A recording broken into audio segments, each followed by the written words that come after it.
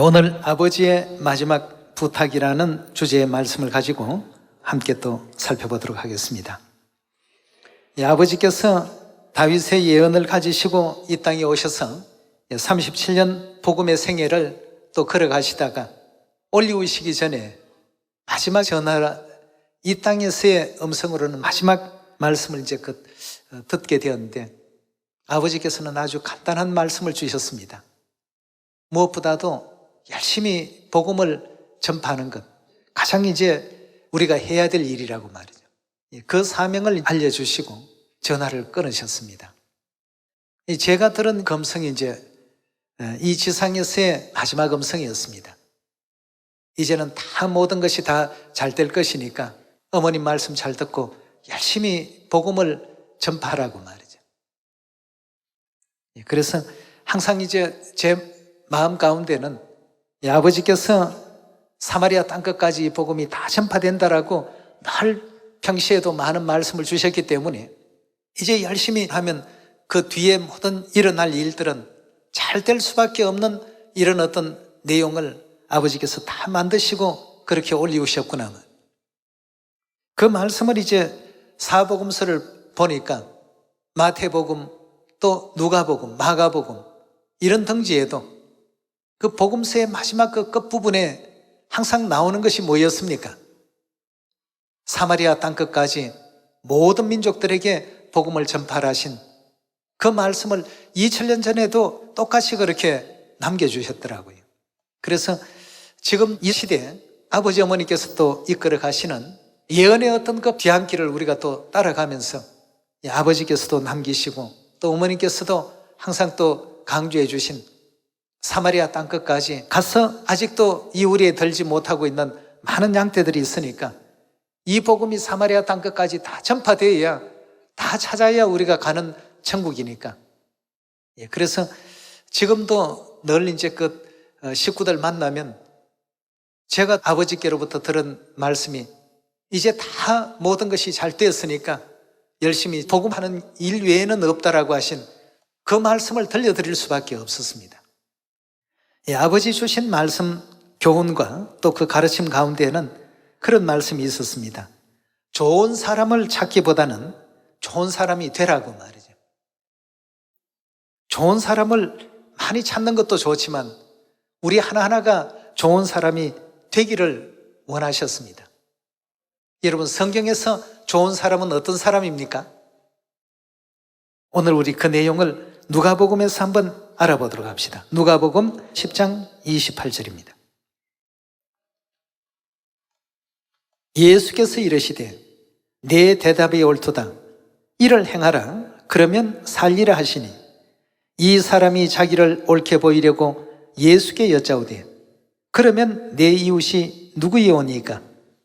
예수께서 대답하여 가라사대 어떤 사람이 예루살렘에서 여리고로 내려가다가 강도를 만나매 강도들이 그 옷을 벗기고 때려 급한 죽은 것을 버리고 갔더라. 마침 한 제사장이 그 길로 내려가다가 그를 보고 피하여 지나가고 또 이와 같이 한 레위인도 그곳에 이르러 그를 보고 피하여 지나가되 어떤 사마리아인은 여행 중에 거기 이르러 그를 보고 불쌍히 여겨 가까이 가서 기름과 포도주를 그 상처에 붓고 사매고 자기 짐승에 태워 주막으로 데리고 가서 돌보아주고 이튿날에 데나리온 2를 내어 주막 주인에게 주며 가로되 이 사람을 돌보아주라. 부비가 더 들면 내가 돌아올 때에 갚으리라 하였으니 내 의견에는 이 세 사람 중에 누가 강도 만난 자의 이웃이 되겠느냐? 이 말씀은 다시 표현하면 내 의견에는 이 세 사람 중에 누가 가장 좋은 사람이냐? 37절의 말씀 보시면 가로되 자비를 베푼 자니이다. 예수께서 이르시되 가서 너도 이와 같이 하라 하시니라 했습니다. 좋은 사람을 찾기보다는 좋은 사람이 되라고 말씀 주신 그 내용을 가지고 누가복음 10장의 말씀을 보니까 이것이 아버지께서 바라시는 가장 좋은 사람의 전형적인 모습이었습니다.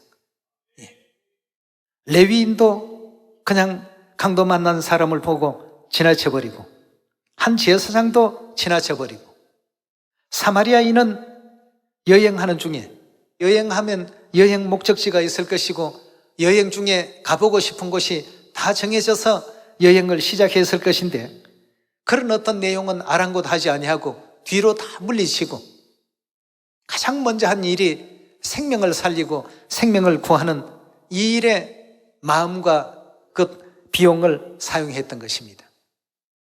예수님께서도 이 세 사람 중에 누가 강도 만난 자의 이웃이 되겠느냐 하시는 이 말씀은 누가 가장 이 셋 중에 좋은 사람이냐 말이에요. 좋은 사람으로 구분해서 보면 바로 세 번째 사마리아인 아니겠습니까?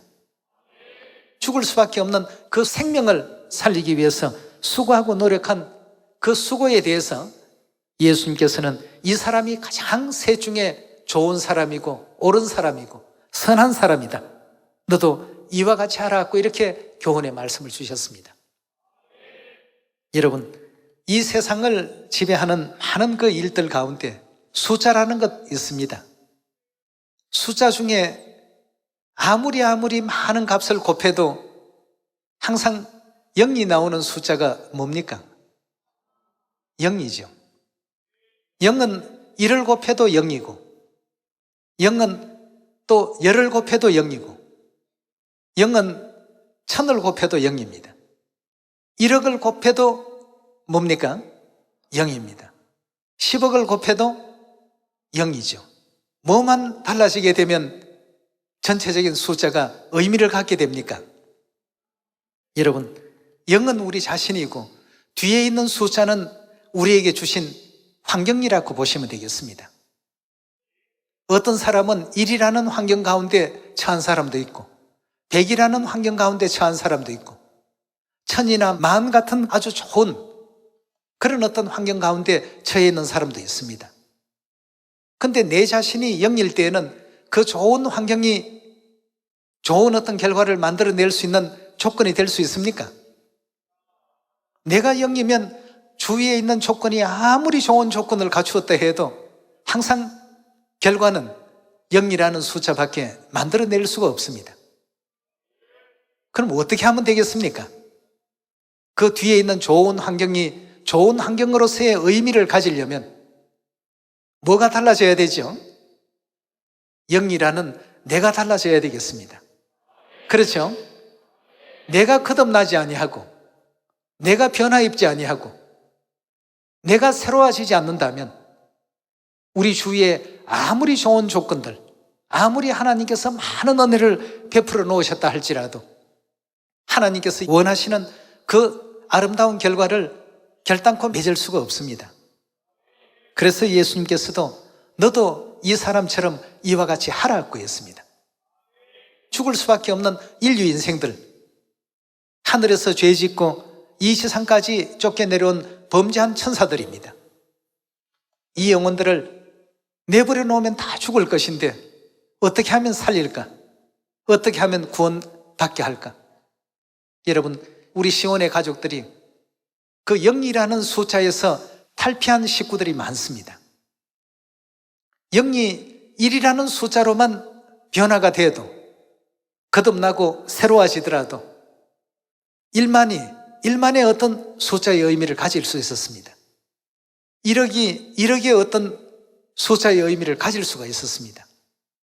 근데 그 1이 아니고 만약에 2가 된다든가 5가 되면 어떻습니까? 더 많은 어떤 결과가 나오겠죠. 내가 자꾸 이렇게 더 거듭나지고 더 그릇이 커지고 더 광대해지고 점점 하나님께서 바라시는 하나님을 닮은 사람으로서 변모되어 가니까 우리 주위에 많은 영혼들이 하나님 품으로 돌아오기 시작했습니다. 지금 여기 누가복음 10장에 나오는 사마리아인, 여행하는 어떤 도중에 이런 경우를 만났습니다.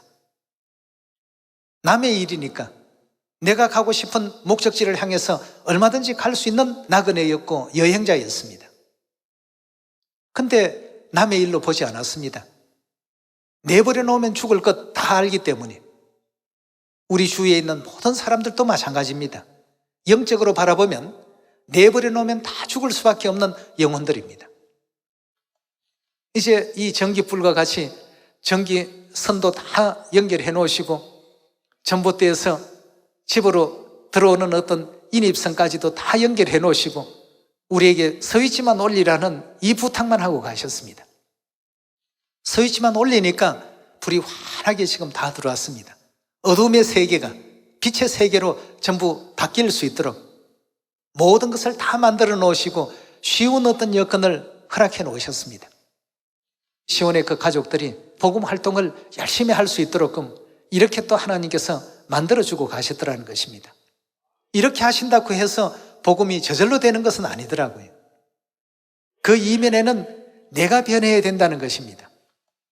자, 우리 거기에 대한 내용을 우리 누가복음 19장 12절의 말씀 보도록 하겠습니다. 가라사대 어떤 귀인이 왕위를 받아 가지고 오려고 먼 나라에 갈 때에 그 종려를 불러 은열무나를 주며 이르되 내가 돌아오기까지 장사라 하니라.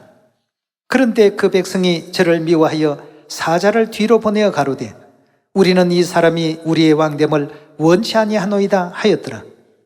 귀인이 왕위를 받아가지고 돌아와서 은을 준 종들의 각각 어떻게 장사한 것을 알고자 하여 저희를 부르니 그 첫째가 나와 가로되 주여 주의 한 문화로 10문화를 남겨나이다. 주인이 이르되 잘하였도다. 착한 종이여 내가 지극히 작은 것에 충성하였으니 10골 권세를 차지하라고. 그 둘째가 와서 가로되 주여 주의 한 문화로 5문화를 만들어나이다. 주인이 그에게도 이르되 너도 5골을 차지하라고. 또 한 사람이 와서 가로되 주여 보소서 주의 한 문화가 여기 있나이다. 내가 수건으로 사두었나이다. 이는 당신이 엄한 사람인 것을 내가 무서워함이라. 당신은 두지 않은 것을 취하고 심지 않은 것을 거두나이다. 주인이 이르되 악한 종아 내가 내 말로 너를 판단하노니 너는 내가 두지 않은 것을 취하고 심지 않은 것을 거두는 엄한 사람인 줄 알았느냐. 그러면 어찌하여 내 은을 은행에 두지 아니하였더냐. 그리하였으면 내가 와서 그 별리까지 찾았으리라 하고 곁에 섰던 자들에게 이르되 그 한 문화를 빼앗아 10문화 있는 자에게 주라 하니 저희가 가로되 주여 저에게는 이미 10문화가 있나이다. 주인이 가로되 내가 너희에게 말하노니 무릇 있는 자는 받겠고 없는 자는 그 있는 것도 빼앗기리라. 그리고 나의 왕됨을 원치 아니하던 저 원수들을 이리로 끌어다가 내 앞에서 죽이라 하였나니라 구했습니다. 이 문화의 비유 가운데서도 한 문화를 받아서 10문화를 남긴 자가 있고 한 문화를 받아서 5문화를 남긴 자가 있었습니다. 자기의 영이라는 본래의 그 숫자를 가지고는 어떤 것과 결합하더라도 다른 숫자를 만들어낼 수 없습니다. 그러나 10문화로 바꿨고 5문화로 바꾼 사람들이 있었습니다. 왜 바뀌었을까요? 자신이 전부 새롭게 거듭났기 때문이겠죠. 그래서 예수님께서도 요한복음 3장 3절에 너희가 거듭나지 아니하면 결단코 하나님 나라를 볼 수가 없느니라 고 했습니다. 우리가 지금 변해야 되겠습니다. 로마서 12장 1절의 말씀 보시면 그러므로 형제들아 내가 하나님의 모든 자비하심으로 너희를 권하노니 너희 몸을 하나님이 기뻐하시는 거룩한 산 제사로 드리라. 이는 너희의 드릴 영적 예배니라. 2절의 말씀 보시면 너희는 이 세대를 본받지 말고 오직 마음을 새롭게 함으로 어떻게 하라고요? 변화를 받으라고 했습니다. 어제와 똑같은 내가 아니라 오늘은 더 하나님 모습을 더 담고 내일은 더 많이 담고 모레는 더 많이 닮을 수 있는 그러한 모습으로 변화를 받아 하나님의 선하시고 기뻐하시고 온전하신 뜻이 무엇인지 분별하도록 하라고 했습니다. 하나님께서 기뻐하시는 일이 무엇일까? 누가복음 10장에 좀 전에 보았던 그 말씀과 같이 좋은 사람 되는 것을 하나님 원하십니다. 레위인 같은 그런 사람 말고 제사장처럼 죽어가는 사람을 내버려 놓는 그런 사람 말고 말이죠. 사마리아인과 같이 그 생명을 구할 줄 아는 죽어가는 그 생명에 관심을 갖고 살려내기 위해서 노력할 줄 아는 이런 인물들이 되라고 했습니다. 너도 이와 같이 하라고 예수님께서 분명히 말씀 주지 않았습니까? 그래서 로마서 12장에 주신 그 말씀과 같이 우리의 몸을 하나님께서 기쁘시게 받으실 거룩한 산 제물로 드리라고 했습니다. 이것이 바로 너희가 해야 할 영적인 예배라고 했습니다. 우리의 어떤 역할과 우리의 가치가 어제와 똑같은 나의 모습으로 영에 머물러 있지 말고 1로 바꾸고 1에서 2로 바꾸고 2에서 3으로 바꾸고 내가 100이 된다면 뒤에 있는 여건과 환경이 어떠 하더라도 그건 1000이 될 수도 있고 만이 될 수도 있지 않습니까? 그래서 아버지 주신 말씀이 좋은 사람을 찾기보다는 좋은 사람이 먼저 되라고 하신 이 말씀을 오늘 다시 한번 마음에 또 떠올립니다. 사마리아인과 같이 이 지구촌 77억 모든 인류 인생을 불쌍하게 우리 또 바라보시고 열심히 또 새 언약을 전해서 그들도 회개시키고 구원에 이를 수 있도록 좋은 사람이 한번 되어 봅시다. 이런 은혜롭고 아름다운 삶을 살 수 있는 여러분과 제가 반드시 될 수 있기를 바라겠습니다. 말씀 마치도록 하겠습니다. 감사합니다.